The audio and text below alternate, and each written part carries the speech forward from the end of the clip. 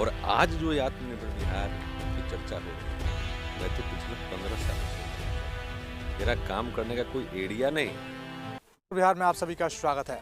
अभी हम मौजूद हैं गोरियाकोठी विधानसभा क्षेत्र में। एक छोटे से परिवार से निकलकर कहीं जाना और लोगों की मदद करना, यही खूबियां हैं। एक नेता ऐसे भी हैं, अरविंद कुमार सिंह, जो छोटे से परिवार से निकलकर बाहर गए, वहां पर मेहनत किया और अपना मुकाम हासिल किया। आज हम उनसे खास बातचीत करेंगे क्योंकि वो भी चुनावी मैदान में उतर चुके हैं। स्वागत है सर आपका। धन्यवाद। आपका भी न्यूज़ 4 बिहार को भी मेरे तरफ से शुभकामनाएं से ही। मैं जिस परिवार से आता हूं, अगर उस परिवेश को आप देखेंगे तो मेरे पिताजी मुखिया रहे, तो सामाजिक सेवा और तो शुरू से रहा है। आजीविका के लिए मुझे यहाँ से ज़रूर बाहर जाना पड़ा, चूँकि रोजी रोटी के लिए यहाँ कोई व्यवस्था बिहार में नहीं थी। और मैं मानता हूँ कि कोरोना काल में आपने देखा है कि 40 लाख लोग बिहार से बाहर गए। और मैंने भी काफ़ी मदद किया। कई विधानसभा के क्षेत्र के नौजवानों को मैंने बाहर में मदद किया, जो लोग फंसे हुए थे। तो ये शुरू से है। और मैं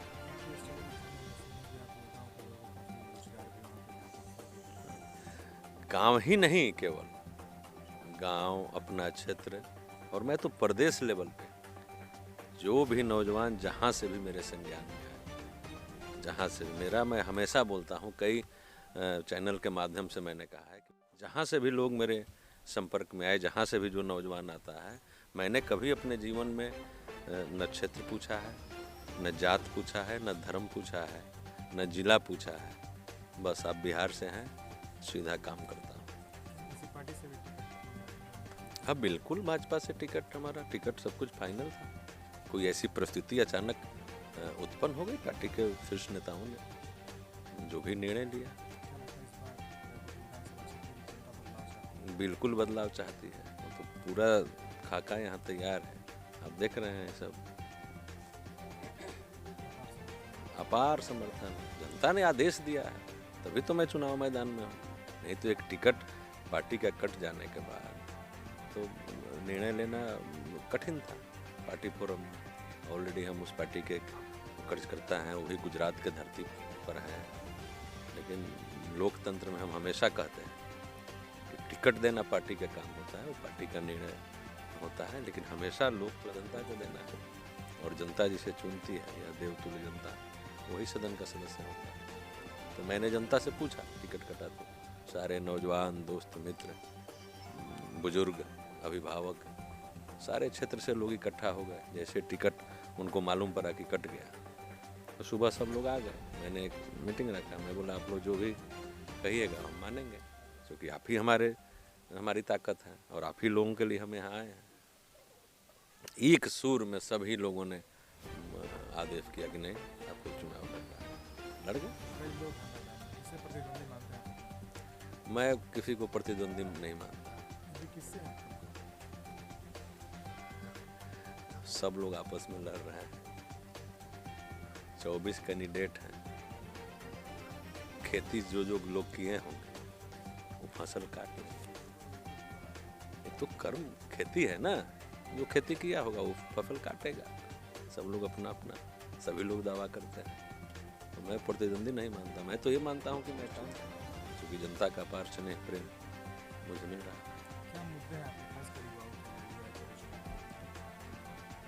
आत्मनिर्भर बिहार की चर्चा अभी चल रही है ना, आप देख रहे होंगे। सरकार द्वारा ये लाई गई है नीति, और ये प्रधानमंत्री जी का सपना है। आत्मनिर्भर देश और आत्मनिर्भर बिहार की चर्चा आप लोग मीडिया के से हैं। मैं तो क्षेत्र और इस प्रदेश के हजारों नौजवानों को नौकरियां देकर और उन्हें आत्मनिर्भर बनाया। हर नौजवान आत्मनिर्भर बनाया, और जब आत्मनिर्भर नौजवान बनेगा तो आत्मनिर्भर परिवार बनेगा, तो आत्मनिर्भर समाज बनेगा। तो ये जो आज हो रहा है वो तो वर्षों से हम करते हैं, वो तो मेरे उसमें है और मैं करता भी रहूँगा।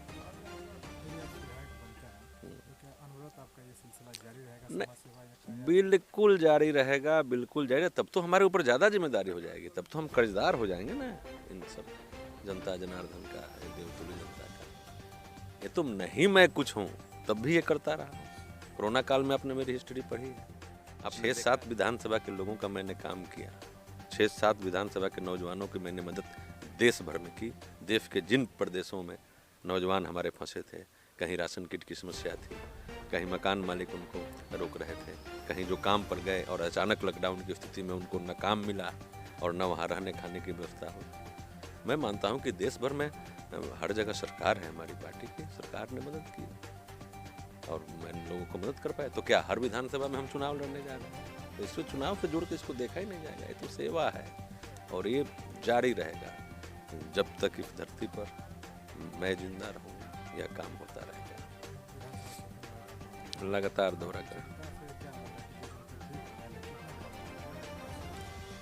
मैंने स्थिति तो यह है कि चेहरा देखना पसंद नहीं कर रही है, किसी दल को जनता वोट देने नहीं है, क्योंकि ये सारे लोग पिछले 25-30 साल का जनता जो इतिहास है पीछे का, अभी हम यहाँ जहाँ बैठे हैं यही चर्चा हो रही थी कि 30 साल से यहाँ ये सब लोग किसी न किसी दल को वोट देते आए हैं। परिस्थिति देखिए कि सरकार हमारी है एनडीए की, और आज तक यहाँ जहाँ हम बैठे हैं एक बच्चों के पढ़ने के लिए प्राथमिक विद्यालय नहीं है। जैसा यहाँ के लोगों ने मुझे बताया है कि 4-5 साल पहले बिहार सरकार को 5 कट्ठा जमीन, 5 कट्ठा ना, इन लोगों ने दे दिया है। उसके बाद भी यहाँ बच्चों को पढ़ने के लिए एक प्राथमिक विद्यालय की व्यवस्था नहीं हो सकी। किस विकास की बात करेंगे? क्या लगता है कि शिक्षा अभियान जो नीतीश कुमार दावा करते हैं कि हर जगह शिक्षा है, तो नहीं खोल रही है? नहीं, मैं मानता हूँ कि नीतीश कुमार जी या सरकार का कोई भी मुखिया इस ग्राउंड लेवल के विकास के लिए उतना दोषी नहीं, क्योंकि सरकार का सीधे नज़र, अभी देश के मान लीजिए प्रधानमंत्री जी हैं, तो जिस गांव में आप बैठे हैं वहाँ डायरेक्ट ये गांव उनके टच में तो नहीं, मुख्यमंत्री जी के टच में ये गांव तो नहीं है।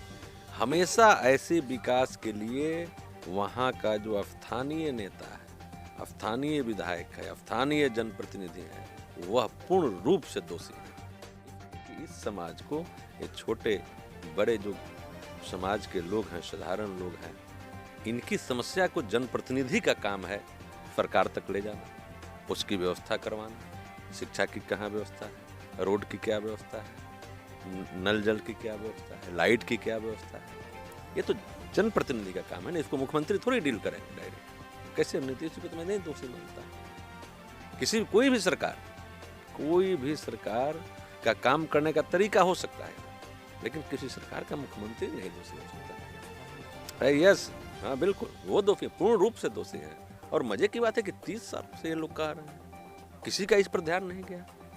आप कहते हैं कि ये भारत जुआओं का देश है, जो जुआ यहाँ की रीढ़ की हड्डी है, भारत की रीढ़ है, और जुआओं के लिए यहाँ आपने किया क्या है?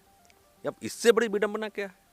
आप ऐसे जगह पर मुझे मुखातिब हो गए हैं, लेकिन मैं अभी वो कहानी सुन ही रहा था। इससे बड़ी क्या विडंबना है कि यहाँ छोटे छोटे बच्चे, जो ताकत है किसी भी समाज को, जो मजबूती देना है, जिनको हम जिन जुआओं को भारत का भविष्य कह रहे हैं, उनके बेसिक स्कूल, मतलब बेसिक शिक्षा के लिए स्कूल नहीं। आज के भारत, आज आपको मालूम है भारत आदरणीय प्रधानमंत्री जी के नेतृत्व में कहाँ जा रहा है?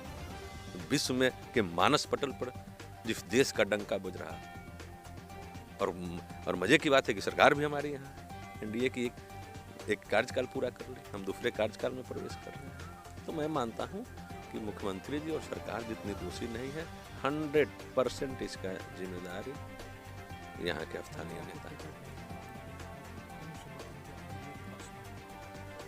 नहीं, पूर्ण समर्थन एनडीए के पक्ष में क्या है, मैं तो उसका एक पार्ट हूँ ही, इसमें तो कोई संशय नहीं है। मैं तो उसी का पार्ट हूँ, इसमें कहीं कोई संशय नहीं है।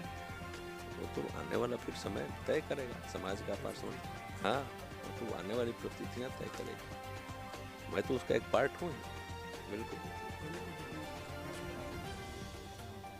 गुड़िया कोठी की जनता से हम यही अपील करेंगे कि आप लोगों ने हमेशा किसी दल को वोट दिया है, और बड़े बड़े नेता जो आके कह रहे हैं कि ये बिहार सरकार का चुनाव है, ये बिहार बदलने का चुनाव है, लेकिन मैं मानता हूं कि नहीं, यह जो चुनाव है 2020 का विधानसभा को बदलने का चुनाव है, ये यहाँ के नौजवानों के भविष्य का चुनाव है, यहाँ के विकास के भविष्य का चुनाव है। इसलिए सरकार को लेना देना नहीं है। आप इस बार किसी भी दल को मतदान मत करिए। दोनों दल के बीच में एक निर्दल आया है, इस नौजवान को मतदान करिए जो आपके समस्याओं से रूबरू होकर, और सरकार किसी की भी बनेगी वह ताकत रखता है कि डंके की चोट पर आपकी समस्याओं का निदान जाकर करे और कराए। अब मेरा चुनाव चिन्ह है ईवीएम के 15 नंबर पर गैस का चूल्हा छाप। मैं अपने विधानसभा के समस्त देवतुल्य जनता, अपने अभिभावक, माता बहन, नौजवान साथी और मित्र से आग्रह करूंगा कि अपने जन नेता को, जनसेवक को 3 तारीख को गैस का चूल्हा छाप पर बटन दबाएं और ऐतिहासिक जीत दिलाकर मुझे सदन में भेजें। और मैं विश्वास दिलाता हूं अपने सभी क्षेत्रवासियों को कि कभी भी आपके मान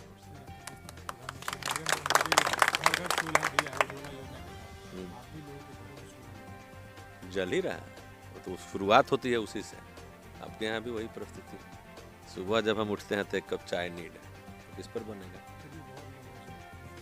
नहीं तो नहीं वो जो अभी देखिए, फिर प्रधानमंत्री जी की आपने चर्चा कर दी। प्रधानमंत्री जो उज्ज्वला योजना के तहत हर घर चूल्हा का जो स्कीम है तो आज है, और उनकी अंतिम व्यक्ति इस देश में कोई भी भूखा न रहे और किसी के सर पे छत न हो, ये टारगेट है। और उस उनके इच्छा को, उस उनके नीति और नियम को, जो उनका सपना है, वो मेरे जैसा प्रतिनिधि पूरा करेगा। और उनका जो स्लोगन भी है कि सबका साथ, सबका विकास और सबका विश्वास, ये भी काम हम ही पूरा करेंगे, क्योंकि ये भी मेरे ही साथ फिट बैठता है। अभी कुछ दिन पहले हमारे चुनाव प्रभारी बिहार के देवेंद्र फडणवीस जी गोड़िया कुटी में बोल रहे थे, मैंने सुना, तो उन्होंने भी वही बात कही है कि एक गरीब का बेटा देश का प्रधानमंत्री है, इसलिए उन्हें मालूम है कि गरीबों की परिस्थिति क्या होती है। तो मैं भी वही कह रहा हूँ, उन्होंने बहुत अच्छी चीज़ कही।